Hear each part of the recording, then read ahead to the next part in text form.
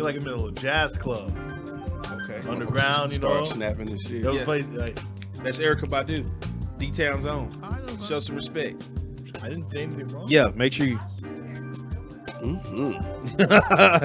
We'll go. Well, what do we get ready to confirm? What? You don't Yeah, remember? I'm trying to figure out what we get ready to confirm before I give out We this went to her BFB. house at one time. Oh, Whoa. Yeah, just spilling secrets over there.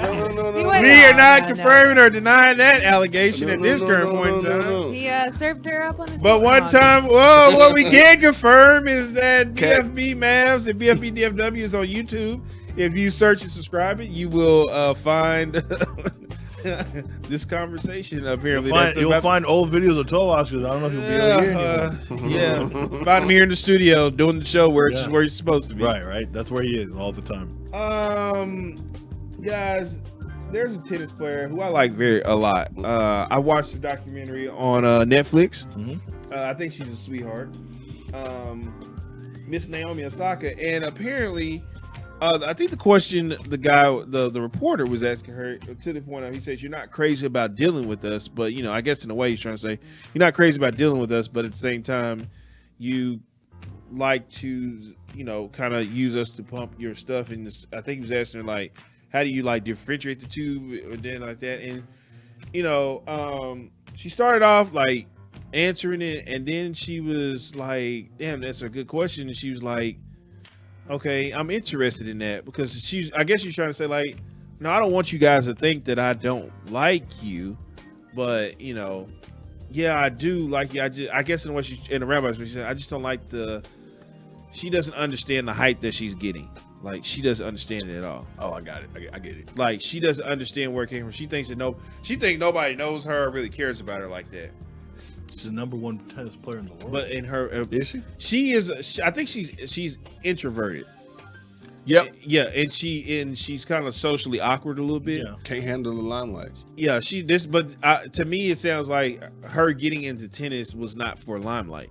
Like, this all is just for the love of the game. Yeah, it's for the love of the game. So it's like for her to get the attention she getting, it's still like overwhelming to her. She's like, man, where's this coming from? I'm just a tennis player. Like a Marion Barber in the locker room where he didn't want to speak to the media. Yeah. So she got really upset and she started crying afterwards because the agent came out and was like that he bullied her or whatever, and I was like, no, he didn't. He asked a very valid question. I mean, he wasn't being like an asshole, or he wasn't yelling at her or whatever. It was a very valid question. But, even Stephen A. Smith brought up a good point.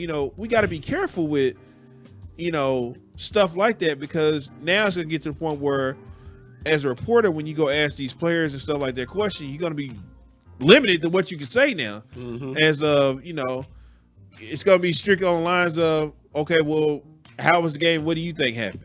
That's it. And basically they'll turn into this, well, we won't need reporters, we'll just need PR people right. for the team. Because the team's PR people do that anyway. Hey, Luca, how you doing? Great game. You had a good game. Thanks, Luca. That's it. Right. That's what it'll be turned into. Or how like when you have a radio interview, like our show, let's say that name a celebrity. Go. Dak Prescott. Doja Cat. Let's say that Doja Cat called in. Why didn't I guess that one? Her PR person would say, "Hey Vosh, do not ask her anything personal. Just ask about the album, ask about tours, ask about makeup, ask about uniforms and performance. Right. That's it." And so you can't do that. Yeah. Or they will hang up on your ass. They will. You know what I'm saying? I've seen it plenty of times where there's a situation, I watch a lot of old Howard Stern clips, and Howard Stern had the guy Ace Frehley from Kiss. Mm-hmm. And he was on there, and they just started. Now, he was cool with it, but they were asking him questions about him and the other band members and why they weren't getting along. And all of a sudden, Gary, the producer, like, hey, they just told us that we need to end this interview now. And he goes, what? He goes, okay. And then he left. And then they found out later, he goes, do we specifically said only questions about this movie that he's promoting? That's it. Y'all remember Straight Outta Compton? Yep. Yeah. And they were on the panel. Mm-hmm. Then and one person asked him about the money. When they asked Ice Cube, and he was like, what do you get? Curl activator. That's it. And so and then that started a riff. Right. Or for us ancient people, the Saved by the Bell episode when Zach was the Zach Attack band, and then they were asking Zach about that, you know, and then they were like, well, we're friends on and off, and then all of a sudden Zach is starting to be the main guy, and there was you know, all the questions were about Zach. So yeah, I mean, I get it. But as far as that person actually breaking down and going, hey man, like, you know, I can't handle this. Okay, then cool. What we need to start doing then, releasing statements. Okay. Even though you put them on a podium, let's only put those people on the podium who want to be on the podium. Serena loves it. I don't think she doesn't want to be on the podium. To me, I felt like I was trying to figure out, did she feel attacked by the question, or what was it that triggered her? But I like watching her documentary. Like, she's very like to herself. Like, you know, I noticed that she has a boyfriend, whatever. But like, if you watch the documentary, like, there are no scenes of her with her boyfriend like hugged up or kissed. I think that's good though. I'm just saying though, but you know, like when you go in depth in documentaries like that, like they want to show you like having affection from your boyfriend, or you know, hugged up or something like that, sitting down talking. Like, they showed nothing of that, but they showed him, like they would show him like in the crowd at the game, or show scenes of him like they'll be at the house together. Yeah, like they'll be at the house together or watching or whatever. But like she's over here on this couch and he's over here. Well, don't you think we're getting to a point where, and it's a balancing act, because we do have at one end, you do want to care about mental health, because, you know, I struggle with depression and stuff. I've dealt with it. I've had family members Me too. Dealt with it. Everybody does. It's something we need to be sensitive about as well. But on the other hand, when has it gone too far? Everything's about balance, because are we getting to a point where are we too sensitive of a media that we, or as a fan? It's not that, and we can't ask anything now. We can't ask the you don't like the, you don't have, here's the thing. Now, we don't have to get to they don't have to answer the question, or they don't have to deal with it. But again, it's valid. These are just normal questions. Now, don't get me wrong, but she was intrigued by the question. Right. But, you know, to my point is, like, you know, when she came out and said that or whatever, you know, who's this Megyn Kelly chick went on there and started to blast it. Then once Megyn Kelly, then I started seeing other white America starting to blast her. Oh, well, she can do all these interviews, but she can't. And it's like, not everybody is built like that.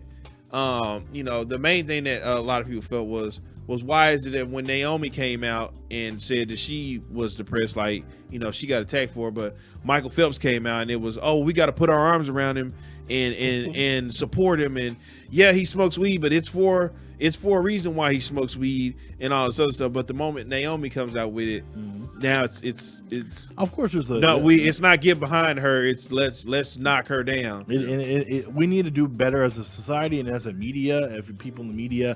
I'm talking about everybody needs to do a better job at how they handle it. Social media is the devil. That's what it is. That's by the way, go subscribe to our YouTube channel.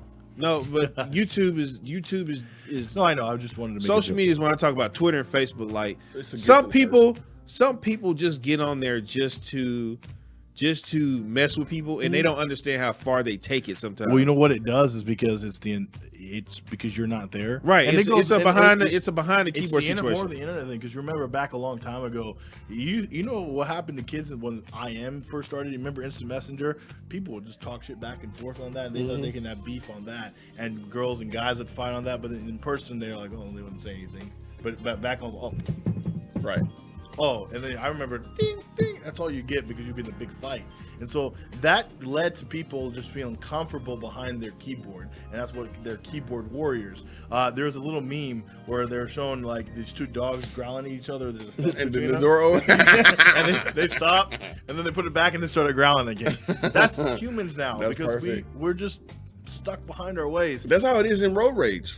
Oh yeah, because as soon as I've had that. Yeah, I've honked and I'm like mother effer, and then I get near them and I'm like, yeah, or like the guys in the big trucks. Yeah, you know, you fools, like you driving a big ass truck. You think you can run my little Honda Accord off the road, but if I catch you at a stop sign, the moment you get out your truck, now it's a different thing. Oh, bro, no, we just cool. No, I ain't mean like that. No. Yeah, but you were big and tough behind something. If you're behind something, behind glass, behind a door or whatever, you think you're invincible. You know what I'm saying? So like, kind of be careful with that, because now people are starting to throw, you know, these flags, because there was an epidemic of kids committing suicide. Right. behind that. Right. We don't want to see that resurface. Right. I don't want to wake up and hear about her that happening to her. Right. Like her, like how she got so upset behind it, like took me back, because it was like, man, like she was really like hurt by that. Like she started crying right there on the podium. So what we need to do is we need to find a balance in act. But that's what I'm saying. But the question was bad. But you know, I'm looking at her and it's like she's under a lot of pressure, but it's like she is just getting beat up left and right. Can I ask you a question then on the whole pressure thing? So I always look at it this way: with celebrities and people make a lot of money and deal with that, and they're all entitled to what they make and what they do. That's their career. And again, that's part of the responsibility of what you do. It's what you to get that stuff, to be in the limelight, to have that kind of popularity and that kind of money, to be what you are. You have to be public about things. That's just kind of the trade-off. Yeah, but for her, like, you know, because she in her mind, I'm just a tennis player. Like that's all she wants to do is play tennis. Here's the thing. Then somebody and calmly, and I'm not saying that it's going to be overnight, but she starts to realize that you're so good now that you are bigger than that, and you are the face of the game. Now Serena's done it well, but she likes it, and she's always right. liked Serena, it. but like if you watch the documentary, like she has this look like when she's doing like photo shoots and everything, like she doesn't want to do all that. Like her people are telling her, well, you need to do this and you need to do that. So in her mind, she's like, all right, I'm just gonna do it. She's the girl that she just learned. She's like tennis. Daria and shit. Yeah, like MTV. that's all her. That's all she wants. Yes. That's all she wants to focus on and be a part of it. Is just the tennis part. So again, we need to have. I think what will fix this all is more of an understanding between both sides. She needs, and I think she does understand it, that the media people, everybody has a job to do, and that's their job. Right, like she said, she doesn't have a problem with media. She just doesn't understand why she's getting the media hype and attention. Like she just doesn't think. I don't think she thinks she's deserving of it. Do a reset real quick. Okay, well, we're talking Naomi Osaka, right here on DallasOnAir.com, because I guess I'm more concerned about Naomi because she's such a sweet girl, and you know, it seems like, you know, every time I'm seeing her, it's like somebody's hurting her feelings or she's crying or something like that, and I'm just like major concerned, like, man, like this is a good girl, like she doesn't deserve. She's not blasting people, like she's not disrespectful, she's not rude, like she's a kind of a quiet, keep to herself kind of girl. How do y'all think Simone Biles handled it? How did Simone Biles handle it? She handled it well, I thought, but there were points where, okay, so if she didn't want to compete, that's fine. I don't have any problem with her. And it was revealed that she just lost her, what was her aunt right before the start of the Olympic Games. Yeah, but I don't think Simone Biles really cared what people thought. Right, but it did. That Instagram post, damn, She I didn't see it. What her story, like her story. You know that Ask Me Anything? Yeah. Part of it, where you send them a question, then they answer your question in a subsequent story. Yeah.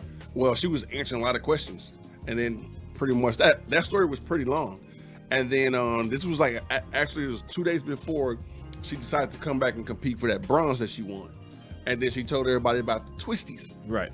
And falling back into the foam and all this stuff because people were asking her a bunch of questions. However, she was not, in front of a microphone like I am, and she wasn't on the podium. She was on Instagram. I think these people take to Instagram better. I think that social media benefits those people. Right. I'm glad you said that, because I was just getting ready to say, like, I'm starting to feel like they're more comfortable.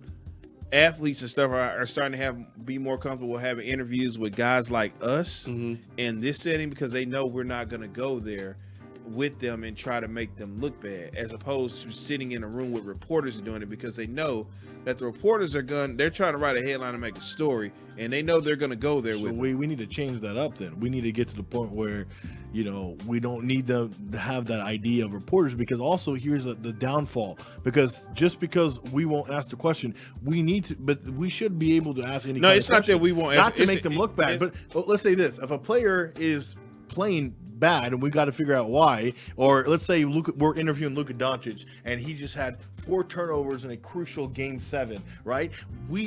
The reporters, as a conduit to the fans, have to ask those questions, right? What happened there? What's going on? We need to get that story because the fans are going to be like, "Whoa, Luka!" Well, here's the thing. Here's the thing. As a reporter, yeah, you're going to ask that. But as a radio or a sports show, is that my job to really bring him on the show and bash him? It depends on why you brought him on the show. For Randy Galloway. That's what I'm saying. But that was back in the day, though. That was back in the day, though. But I'm saying like now. But now, for guys like us, when you come on here and do stuff like that, guess what? No other athlete's gonna want to come on here. Well, the point is, but it depends on what you bring him on here for. But we wouldn't. That's the difference on the setting. We wouldn't bring Luka and judge him about that. Right. But then again, why we need to figure out because he still has to do post game. But that's what I'm saying. But as a reporter, though, guess what? You can ask that question, and the Mavs aren't going to tell you your credentials are yanked, or they're not going to say, well, next game you can't ask him a question. That's not going to happen, right? Because they know. Because at the end of the day, Brad Townsend, Dallas Morning News, if he asks a question that pissed Luke off, one game, guess what? Next game he asks him a question, he's going to get the question again because they know he works for the Dallas Morning News. That's the deal, or that's the understanding we got. We're going to ask you that, but guys like us, we're not gonna come up here and say, Luka, why'd you stink it up last night? As opposed to a reporter in the room, Luka, why'd you stink it up last night? Again, we wouldn't do that because in our setting, we're trying to get more of an in-depth. Right, we want them to be comfortable. We want them to be kicked. We want them when they come on here with us. We want them to be like, oh man, I can relax. It's cool. I want to have fun. Stuff like that. Which is why podcasts right now are blowing up. Right. Because these dudes are willing, athletes are willing to take a step down off of CNN, CNN, ESPN, and go, hey, Walt, EA, and Tavash's and Billy's Dallas on the air seems, pretty cool.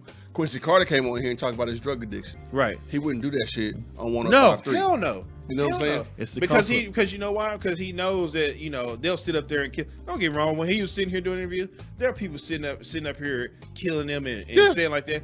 But over there, they'll read the comments to him and see what he has to say. Yeah, and that breaks you down. Yeah, see me. I didn't bring him here for that. I brought him here. He wanted to tell his life. He wanted to tell his story. I gave him that olive branch. Before he got here, first thing I said was, is there anything you don't want to talk about, you don't want me to ask about? He said, no, I'm an open book, bro. Mm-hmm. I got it. Whatever you want to ask me, let's talk about it. I don't care. So we need to get to the point where I always said it. And again, I'm mentioning Howard Stern again, but he does now go watch his interviews with these celebrities and stuff. He gets them in depth and gets them to talk. The reason why he's a great interviewer. If you're a great interviewer, you'll get them to talk about anything. It's all about setting the comfort level. If you get the athlete, if you get them comfortable, they will tell you what you need to know. You just got to get them comfortable. And I think that's the thing. But again, the biggest thing with Naomi thing, all I got to say is we have to get to an understanding of what mental health is. We also have to get to an understanding of balance and what our role should be in the media and with the athletes, and then we can get to a better place. Because I don't want to get to the point where Naomi Osaka or somebody else is getting to the point where she's crying after almost every interview. That we can't have that. That's wrong. Okay. Well, I'll say this, and it's probably gonna be unpopular, but I feel like when somebody who's not white comes out and says they have mental illness or something like that, it's viewed as an excuse. Yep. We need to change that. Yeah, right. That's what I'm saying. So when a black person says, I have mental this or I deal with that, well, that's just an excuse. But Simone Biles, she got killed for it, and now a lot of people, they didn't understand why she was pulling out of the Olympics. It didn't matter. It didn't matter. All it was, she was a coward, right? And she turned her back on America. And then all of a sudden, everybody got quiet when she revealed what really happened. No, they didn't. They still did it. That's an excuse. Some people. That's an excuse. And Michael Phelps, on the other hand, because he smoked weed. That's cool. Why? Oh, Michael, he's so cool. He smoked weed. We'll give him a Subway commercial. Right.